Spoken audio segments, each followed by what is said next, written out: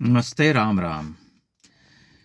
वाल्मीकि रामायण के ही कुछ अन्य प्रसंगों पर मुझसे कुछ मित्रों ने कहा है कि मैं अपनी बात रखूं, तो मैं उसी क्रम को आगे बढ़ा रहा हूं और पुनः कहूंगा कि मुझे किसी टीकाकार की भूमिका में न देखें। मैं कोई प्रवचन करने वाला पंडित भी नहीं, ज्ञानी भी नहीं, बस एक पाठक और एक दर्शक, एक लेखक के रूप में आप मुझे देख सकते हैं। जो मेरे विचार है वो मैं आपके सामने रखता हूं। आज सीता की अग्नि परीक्षा पर कुछ बातें कहना चाहता हूं और इसको लेकर के समाज में लंबे समय से बहुत भ्रम है और एक दुविधा की स्थिति है और बहुत सारे लोग भगवान राम को कठोर भी कहते हैं। इस प्रसंग में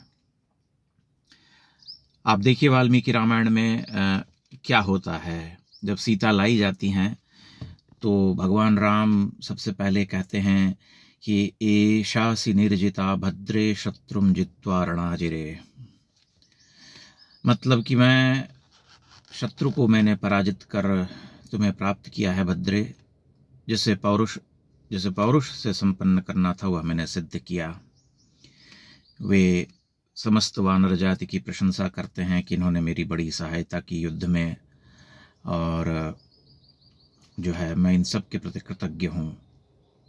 लेकिन उसके बाद धीरे धीरे जो है वातावरण बदलने लगता है और राम के मन में कुछ मंथन चलता है। तो वाल्मीकि लिखते हैं कि पश्यतस्तां तु रामस्य समीपे हृदय प्रियाम जनवाद भयाद्राग्यो बभूव हृदयम द्विधा। राम का हृदय अपनी प्रिया को देखता है और फिर जनवाद के भय से दुविधा में घिरता चला जाता है। वे जनवाद से इतने आक्रांत हो उठते हैं कि स्वयं अपनी मर्यादा पर प्रहार करते हैं। आपको वाल्मीकि रामायण पूरी समग्रता में पढ़ना चाहिए कि भगवान राम उस कथा में कैसे पूरा जीवन अपना जीते हैं। बहुत सारी बातें हैं जिन्हें हमें देखना पड़ता है डूब करके कि हाँ, राम का व्यवहार कैसा है, अगले क्षण कैसा है, कैसे वे परिवर्तन करते हैं। एक बहुत महत्वपूर्ण बात है कि राम राजा थे, चाहे वो वन में रहें चाहे अयोध्या में रहें। अंततः तो उन्हें अयोध्या का राजा होना ही था और अब वह राजा राजपद पाने के निकट थे। उन्हें भी पता था कि मेरा वनवास खत्म हो चुका है और मैं सीता को जीत चुका हूं। तो जनवाद जो है कि सीता वहां रही और उनके निष्कलंक होने का प्रमाण मुझे देना है, कैसे देना है, इसके लिए वे अपने आप का स्वयं का ध्वंस करते हैं, आत्मसंहार जिसे कहते हैं। और यह काम उन्होंने कई बार किया है। आपको देखना पड़ेगा समग्रता में। मैं बताऊंगा कि कब कब वे अपना ध्वंस करते हैं। वह पहले भरत के सामने कह चुके हैं। जब भरत उन्हें मनाने आते हैं वन में कि आप वापस चलिए, तब वे कहते हैं कि नात्मनः कामकारो हि पुरुषोय मनीश्वरः इतश्चेतरतश्चैनम कृतान्तः परिकर्षति, कि मैं ईश्वर नहीं जीवधारी मनुष्य हूं और मैं काल का निर्णायक नहीं हूं, बल्कि काल से विद्ध हूं। काल मुझे जिधर खींचता है मैं उधर चला जाता हूं। यहां भी भगवान राम जो पुरुष रूप में धरती पर आए हैं, उन्हें काल खींच रहा है। हमें उसी अर्थ में इस प्रसंग को देखना चाहिए। और उसके बाद वे अत्यंत कठोर हो जाते हैं और वे कहते हैं कि प्राप्त चरित्र संदेहा मम प्रतिमुखे स्थिता दीपो नेत्रातुरस्यैव प्रतिकूलासि मे दृढ़ा, कि मेरे सम्मुख तुम खड़ी हो सीता और तुम्हारे चरित्र पर लोक में संदेह है। यद्यपि तुम्हारी उपस्थिति किसी कमजोर नेत्र वाले व्यक्ति के सम्मुख दीप शिखा की तरह है, तथापि मैं तुम्हें कैसे स्वीकार करूं। और वे कहते हैं कि दशो दिशाएं जो हैं तुम्हारे लिए मुक्त हैं, तुम कहीं भी जा सकती हो। सीता जब राम के मुख से ऐसे वचन सुनती हैं तो तप्त हो जाती हैं, उनकी आंखों से आंसू गिरने लगते हैं और वे कहती हैं कि किम माम सदृशम वाक्यम ईदृशम श्रोत्र दारुणम रूक्षम श्रावयसे वीर प्राकृतः प्रकृताम्यव मदधीनम तु यत तन्मे हृदयम त्वयि वर्तते पराधीनेषु गात्रेषु किम कार्यश्याम अनिश्वरी।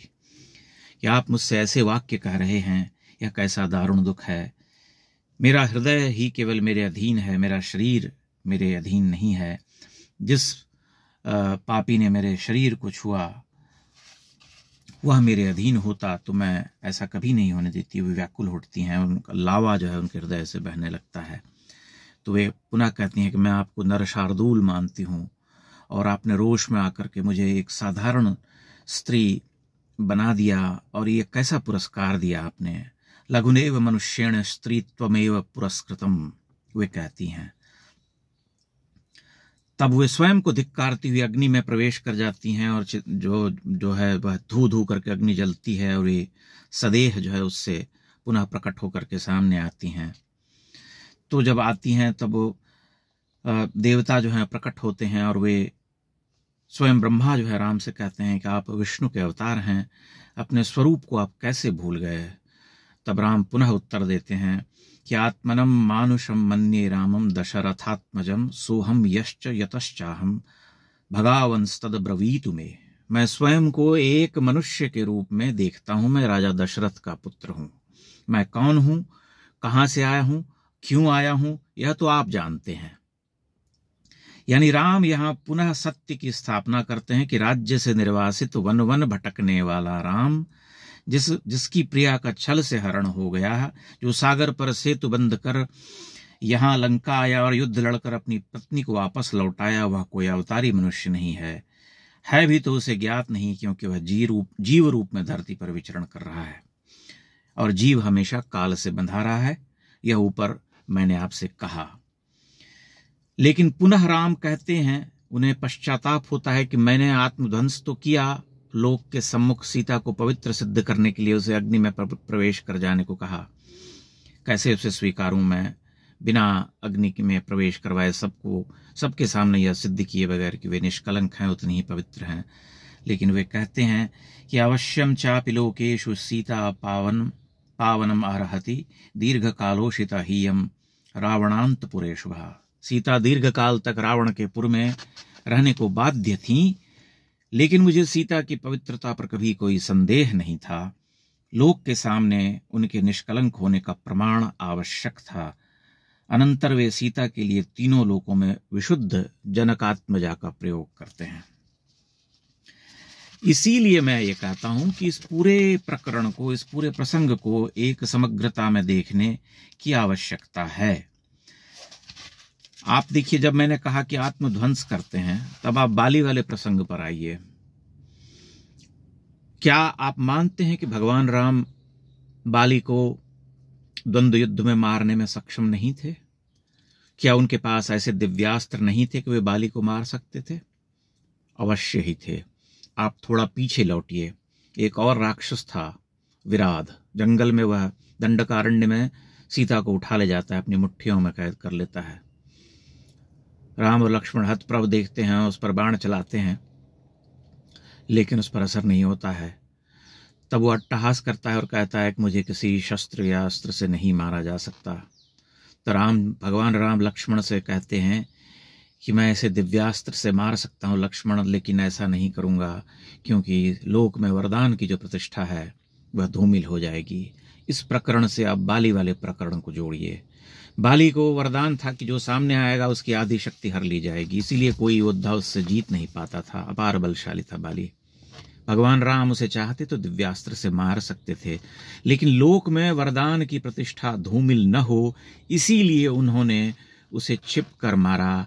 अपने महापुरुष होने की जो उनकी जो प्रतिष्ठा थी उसे स्वयं अपने हाथों धूमिल किया, क्योंकि वे इसी लोक में रहते थे, इसी लोक में उन्हें रहना था। एक मनुष्य रूप में थे, और एक मनुष्य रूप में होने के कारण उन्हें जैसा आचरण करना था वैसा आचरण उन्होंने किया।